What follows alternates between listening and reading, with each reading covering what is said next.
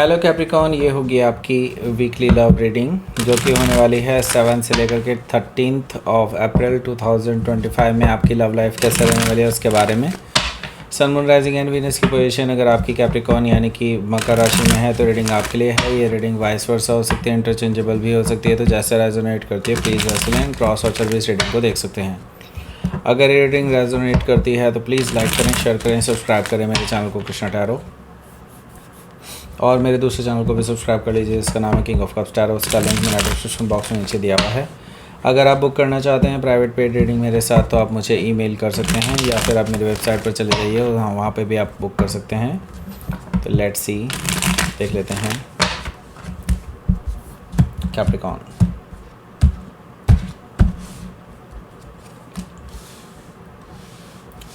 Five of wands, the tower,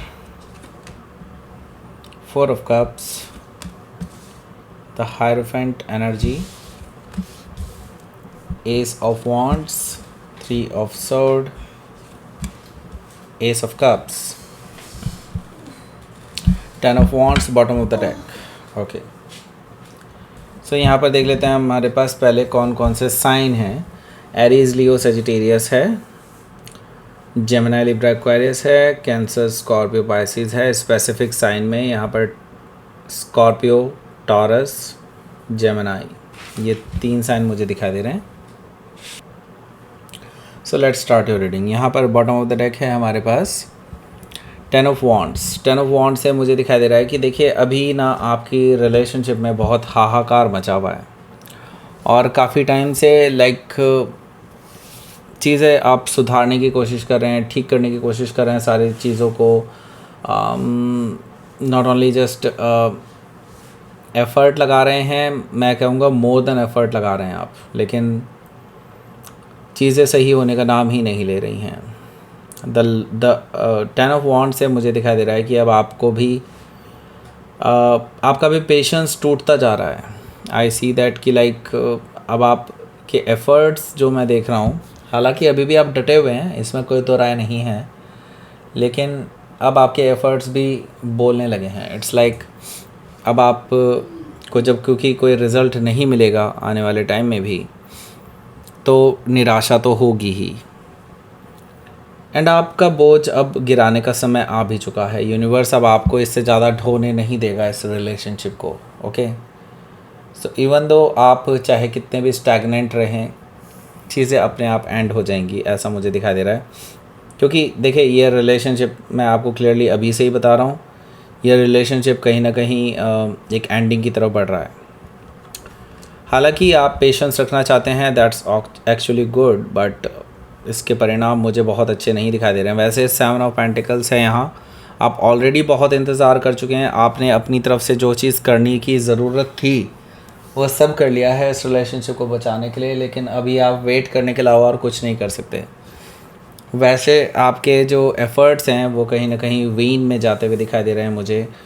आपका इंतज़ार करना शायद आपके लिए ज़्यादा सक्सेसफुल नहीं हो, ऐसा पॉसिबिलिटी मुझे दिखाई दे रही है। सो यहाँ पर 8 ऑफ पेंटिकल्स है। वैसे 7 ऑफ पेंटिकल्स से 8 ऑफ पेंटिकल्स गया है तो डेफिनेटली कुछ प्रोग्रेस इस हफ्ते ज़रूर होगी। एंड मैं यहाँ पर देख रहा हूँ कि इवन आपके जो पर्सन हैं वो आज इस हफ्ते आपसे शायद बातचीत ना करें, अगर करेंगे भी तो आपको थोड़ा सा इग्नोरेंट बिहेवियर दिखाएंगे, मतलब ये कि आपसे बात करते हुए भी नहीं कर रहे होंगे। 8 ऑफ पेंटिकल से मुझे ये चीज़ दिखाई दे रही है।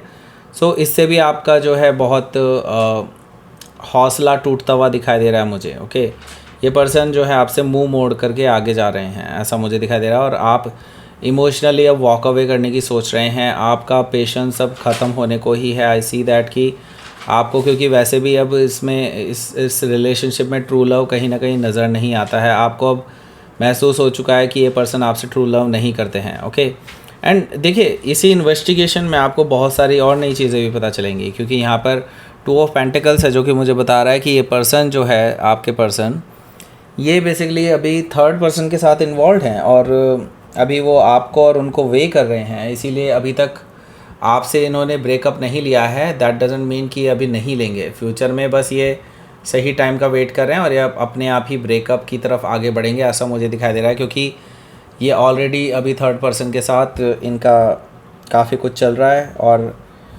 होपफुली ये जल्दी ही उनके साथ एक कमिटमेंट में आते हुए दिखाई दे रहे हैं मुझे यहाँ पर 2 ऑफ पेंटिकल से। ओके, अभी भले ही इम्बैलेंस है लेकिन आपको चीज़ें क्लियर होती हुई नज़र आएंगी अपने रिलेशनशिप में। ओके, सो देखिए 5 ऑफ वॉन्ड से मैं ये देख रहा हूँ कि आपके रिलेशनशिप को ख़राब करने में ना काफ़ी सारे एक्सटर्नल लोगों का हाथ रहा है।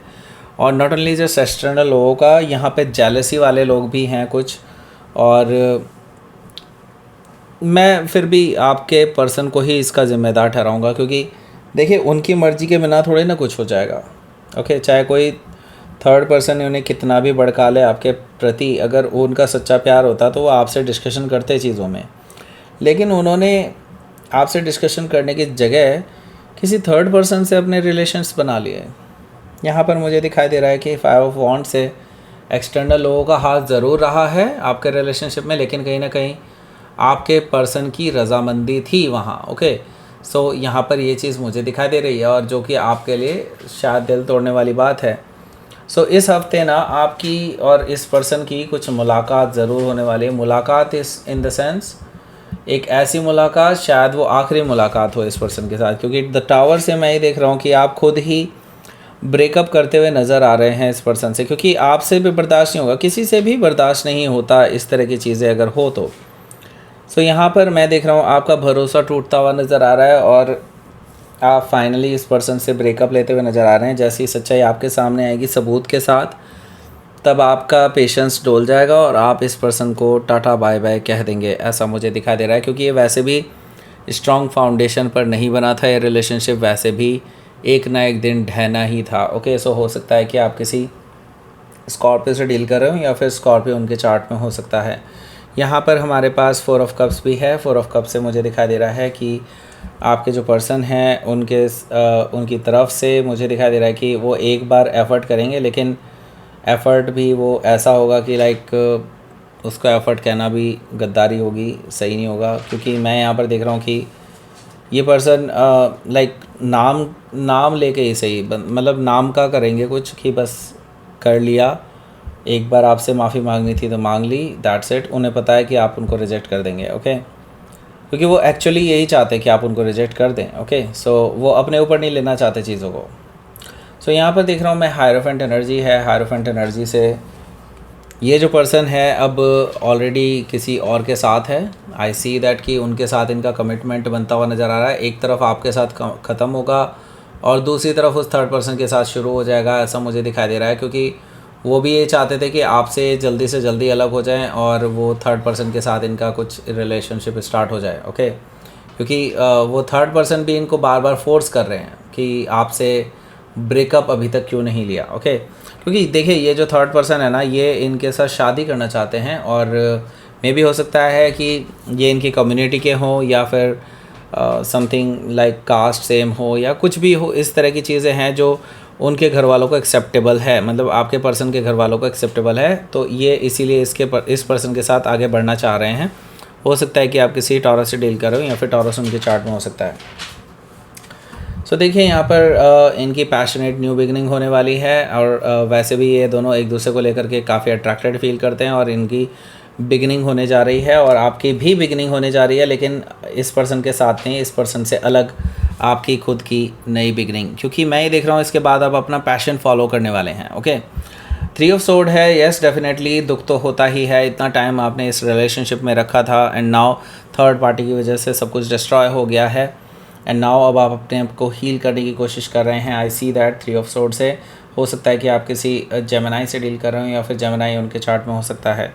सो यहाँ पर एस ऑफ कप्स भी मौजूद है, जो कि मुझे बता रहा है कि देखिए आप वैसे ही बेकार में ही इस पर्सन को इतना ज़्यादा तवज्जो दे रहे हैं अपनी लाइफ में। देखिए आपकी पर्सन में ना ट्रू लव आने को तैयार है, बस आप उनको चांस दीजिए। आप चांस ही नहीं दे रहे हैं किसी ट्रू लव को अपनी लाइफ में आने के लिए, जो आपको हमेशा खुश रखेंगे, आपको हमेशा ट्रू लव देंगे। ऐसे कोई पर्सन की एंट्री होने को तैयार है, लेकिन आप अभी उनके लिए ब्लॉकेजेस खोल ही नहीं रहे हैं, क्योंकि आप अभी तैयार भी नहीं है। मैं अंडरस्टैंड कर सकता हूँ इस चीज़ को कि आप अभी वल्नरेबल स्टेट में हैं, और इस स्टेट में डेफिनेटली किसी नए रिलेशनशिप को करना ठीक नहीं होगा। और ये आपको पता है कि आप फिर उस थर्ड पर्सन के साथ भी जो आपको अप्रोच करने जा रहे हैं उसके लिए उसके लिए जस्टिस नहीं करेंगे। ओके, सो आप पहले खुद को तैयार कीजिए। येस डेफिनेटली आप जो टाइम लेना चाहते हैं ले लीजिए, लेकिन इस पर्सन को आप इग्नोर भी मत कीजिएगा। ओके, सो लेट्स सी, देखते हैं आपके लिए क्या रहने वाला है आपका आउटकम।